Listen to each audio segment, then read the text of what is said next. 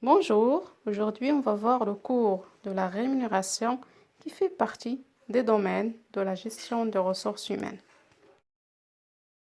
Ce cours suivra le plan suivant.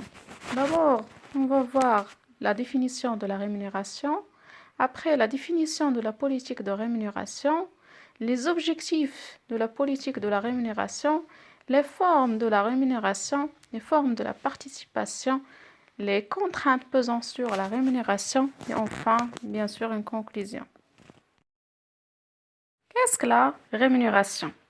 La rémunération, on peut la définir selon deux points de vue. Pour le point de vue salarié, la rémunération est un revenu qui assure les moyens de vie et de son insertion sociale. C'est-à-dire que le salarié voit que la rémunération doit être un revenu qui va lui permettre de vivre, de payer le loyer par exemple, de payer le transport, de payer l'école pour ses enfants, etc., etc. Pour l'entreprise, la rémunération est une charge. On fera référence alors au coût du travail, dont la partie centrale est la rémunération. C'est-à-dire que les charges salariales sont des charges pour l'entreprise dont la comptabilité est constituée dans les coûts, c'est un coût de travail. Pour la politique de rémunération, on peut la définir comme l'ensemble des choix de l'entreprise en matière de l'élaboration des rémunérations, mais aussi le choix de l'évolution des rémunérations. C'est-à-dire que dans la rémunération, il n'y a pas une seule méthode. Et chaque entreprise va choisir celle qui convient au mieux sa stratégie globale. Et aussi, dans la politique de rémunération, on voit comment la rémunération va évoluer, c'est-à-dire lorsqu'on a un salarié au sein de l'entreprise, est-ce qu'on va lui faire des augmentations chaque année, chaque 2 ans, etc., etc. Pour le salarié, cette politique doit permettre de garantir la satisfaction de ses besoins, c'est-à-dire que cette rémunération doit être une ressource suffisante pour couvrir ses principaux besoins.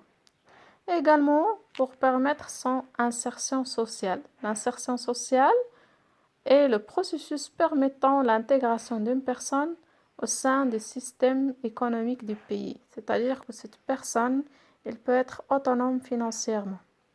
Troisièmement, dans la détermination de la politique de rémunération, on doit respecter un ensemble de règles comme l'équité et l'égalité entre les salariés et également la transparence. Pour l'entreprise, une bonne politique de rémunération, il doit garantir la motivation des salariés. Et lorsqu'on dit un salarié motivé, c'est-à-dire qu'il va améliorer sa productivité et également la qualité du travail fourni. Également, cette motivation va permettre de fidéliser les salariés, de les rendre attachés à l'entreprise puisqu'ils sont satisfaits, n'ont pas intérêt à quitter l'entreprise. Et puisque tout le monde est satisfait, donc on aura un bon climat social. Et enfin, puisqu'on a dit que les salaires constituent une charge, donc les responsables de la politique de rémunération doivent veiller à ce que cette politique permet de maîtriser les coûts salariaux pour garder l'équilibre financier global. Maintenant, on va voir les formes de la rémunération, c'est-à-dire quels sont les types de salaires qu'on peut avoir dans une entreprise. Le premier type, c'est le salaire au temps, c'est-à-dire c'est le salaire qui est lié au temps de présence dans l'entreprise. Exemple, on a un ouvrier. Pour calculer son salaire, on va faire le salaire horaire fois le nombre d'heures travaillées. C'est-à-dire, si cette personne a travaillé 100 heures et on a comme salaire horaire 80 dirhams, donc on aura 8000 dirhams dans le total comme salaire. Ce type de rémunération a des avantages comme aussi des inconvénients.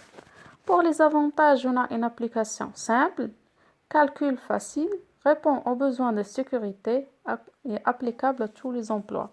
C'est-à-dire il est facile pour le calcul et on peut l'appliquer pour tous les types d'emplois. Et pour les limites, absence de motivation liée au salaire et absence de lien entre le travail et le revenu. C'est-à-dire que ce genre de travail ne prend pas en considération le travail effectif réalisé par les salariés. En d'autres termes, on peut avoir deux salariés qui passent le même temps au sein de l'entreprise, mais qui ne font pas le même travail. Ou le premier fait un travail de qualité et l'autre non, mais ils auront la même rémunération. Donc ce type de salaire ne permet pas la motivation des salariés qui travaillent mieux que l'autre. Le deuxième type de rémunération, on a le salaire au rendement. Le salaire au rendement, c'est une rémunération qui est liée à la production réalisée, c'est-à-dire que le salaire est calculé par rapport au travail réalisé. Par exemple, on peut avoir dans les usines de textile, les ouvrières sont rémunérées par rapport au nombre de pièces qui sont finies ou produites. Ce type de rémunération a aussi des avantages et des inconvénients. Pour les avantages, ce type de rémunération, il permet de faire la liaison entre le travail fourni et la rémunération. C'est-à-dire que la personne qui travaille plus, elle aura un salaire qui est plus élevé. La personne qui travaille moins, elle aura un qui est moins élevé. Également, ce type de rémunération, il pousse les ouvriers à travailler plus pour avoir plus d'argent. Cette attitude, parfois, elle est au détriment de la qualité de travail. C'est-à-dire que les salariés, ils peuvent essayer de travailler plus, de fournir plus de pièces au détriment de la qualité, c'est-à-dire fournir des produits qui sont de mauvaise qualité. Également, ce type de rémunération, il peut induire le stress des travailleurs, également des accidents de travail, des conflits sociaux, etc., etc. Le dernier type de rémunération, c'est le salaire à prime. Le salaire à prime, c'est un salaire qui combine les deux types de rémunération qu'on avait précédemment. C'est-à-dire, dans le salaire, on a une partie fixe et on a une partie qui est variable. Exemple, comme le salaire d'un commercial, on a une partie qui est fixe et une partie qui est variable qui se forme de primes selon le chiffre d'affaires réalisé. Pour les avantages du salaire à prime, on a qu'il constitue un compromis entre la garantie des revenus fixes et la recherche de rendement par un revenu variable. C'est-à-dire que la partie fixe, il garde et il permet au salarié de garantir la sécurité de salaire, son sécurité sociale. Et après, il peut rechercher plus de salaire, plus de rémunération dans la partie variable. Et pour les inconvénients, on a un calcul de la prime compliqué, conflit parfois sur la prime. Bien sûr, on peut avoir un désaccord entre le directeur des ressources humaines ou le responsable de la rémunération et le calcul de la prime. Dans les grandes entreprises, on peut avoir des formes de rémunération qui sont plus évoluées. On parle exactement de la participation. Donc, qu'est-ce que la participation? Donc, la participation est un outil de mobilisation et de fidélisation. La participation permet de motiver le personnel, de le responsabiliser en l'associant à la bonne marche de l'entreprise. Cet outil est avantageux fiscalement à la fois pour le salarié et pour l'entreprise. La participation, en d'autres termes, elle permet de mobiliser les salariés autour des objectifs de l'entreprise. C'est-à-dire que lorsque l'entreprise gagne, lorsqu'il aurait des bénéfices, le salarié aussi aura sa part. Donc, il participe dans la production, mais aussi dans la bénéfice. Il a aussi sa part dans le bénéfice. Première forme de participation, on a l'intéressement. Donc, qu'est-ce que l'intéressement? L'intéressement est une forme particulière de rémunération du travail facultative utilisée pour motiver le personnel de l'intéresser à l'accroissement de la performance de l'entreprise. Elle est conditionnée à un objectif global à atteindre pour l'entreprise, chiffre d'affaires, bénéfices, etc. C'est-à-dire que l'entreprise, il dit à ses salariés, surtout aux dirigeants et aux grands cadres, que lorsque l'entreprise, par exemple, elle réalisera 1 million de dirhams de chiffre d'affaires, ils auront une prime, par exemple, de 5%. Après, on a la participation aux résultats de l'entreprise. La participation au résultat permet d'attribuer chaque année aux salariés une somme d'argent liée aux bénéfices réalisés et qui est disponible. Une réserve de participation est constituée par l'employeur. Les modalités de répartition entre les bénéficiaires sont prévues par un accord de participation ou par la loi. Donc ici, là, les employés, ils bénéficient chaque année d'une partie du bénéfice. Bien sûr, les modalités, le taux de distribution, etc., ils seront fixés par un accord entre l'employeur et les salariés. Après, on a le plan d'épargne d'entreprise. Le plan d'épargne d'entreprise permet à chaque salarié de se constituer un capital en franchise d'impôt avec l'aide de son entreprise, à condition que ces fonds soient bloqués pendant 5 ans dans l'entreprise. C'est-à-dire quoi? Que par exemple, un salarié, il veut faire un épargne et chaque année, il reçoit une prime de rendement par exemple de 5 millions de centimes. Dans ce cas-là, l'employé il va faire l'épargne au compte de l'entreprise ou dans un compte bancaire, mais à condition que c'est l'entreprise qui va transférer l'argent directement à ce compte d'épargne. Et le salarié s'engage à bloquer cet argent pendant 5 ans. Et cet argent, il serait exonéré d'impôts. C'est-à-dire, par exemple, lorsque vous recevez votre salaire, il est net d'impôts et non net d'impôts sur le revenu. Dans ce cas-là, cette partie qui est destinée à l'épargne, il serait exonéré de l'impôt. C'est-à-dire, il serait transféré à votre compte brut sans déduction de l'impôt. Et pourquoi l'État donne cet avantage? Parce que normalement, vous avez vu dans le circuit économique que l'épargne, elle est destinée à l'investissement, c'est-à-dire que l'épargne va se transformer en investissement. Vous savez que l'investissement, il est très important dans le circuit économique. Quatrièmement, on a les stock options ou les plans d'options d'achat, d'actions. C'est-à-dire, dans ce cas-là, que l'entreprise donne aux salariés, le plus souvent les cadres dirigeants, d'acheter un nombre déterminé des actions de l'entreprise. Quel est l'avantage ici? Que le prix d'achat, il serait généralement inférieur au prix de marché.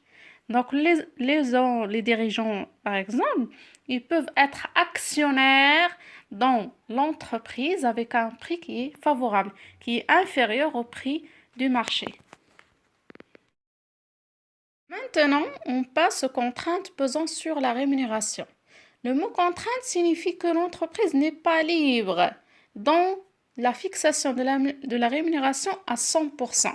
On a des contraintes. La première contrainte, c'est la contrainte sociale. Sociale, c'est-à-dire que l'entreprise, il se porte des charges sociales comme la CNSS, la CIMER, l'AMO, et qui sont en addition des charges, c'est-à-dire on a les charges salariales et on ajoute les charges sociales. Deuxièmement, on a les contraintes économiques. C'est-à-dire que l'entreprise, lorsqu'il fixe la politique de rémunération, elle doit prendre en considération plusieurs éléments, on va en citer 3. La première, c'est la situation du marché de travail. Vous savez que le marché de travail est une confrontation entre l'offre de travail et le marché de travail. Lorsque les offreurs de travail, c'est-à-dire les employés, sont supérieurs aux demandes de travail, la rémunération ou les salaires diminuent. Et le contraire.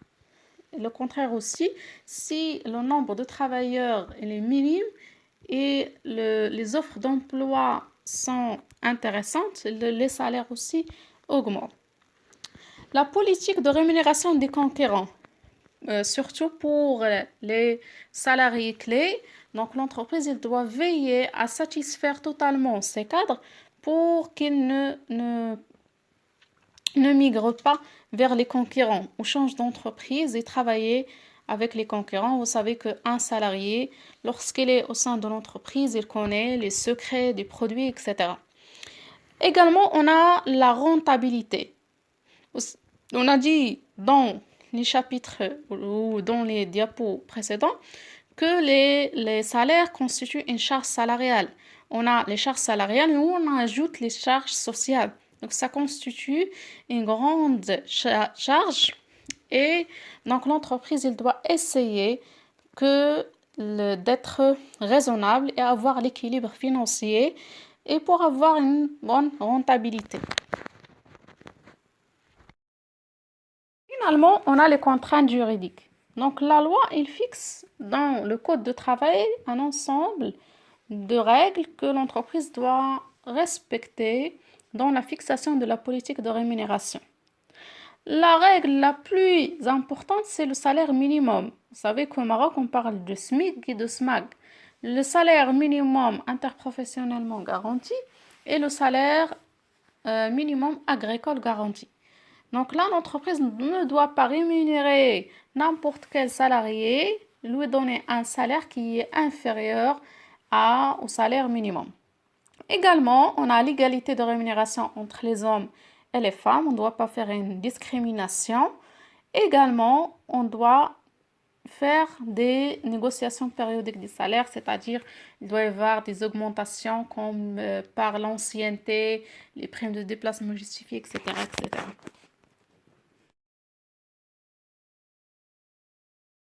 Pour conclure ce travail, on peut dire que la fixation de la politique de rémunération n'est pas une tâche qui est très facile. Parce que la première chose que négocie un salarié lorsqu'il est embauché ou dans l'entretien d'embauche, c'est le salaire. Donc la rémunération est très importante parce qu'il garantit la motivation des salariés. Lorsque le salarié est motivé, donc on va garantir la productivité. Lorsqu'on dit la productivité, c'est la rentabilité, la prospérité de l'entreprise. Également, ça permet, lorsqu'on a des salariés qui sont motivés, donc on va garantir un très bon climat social.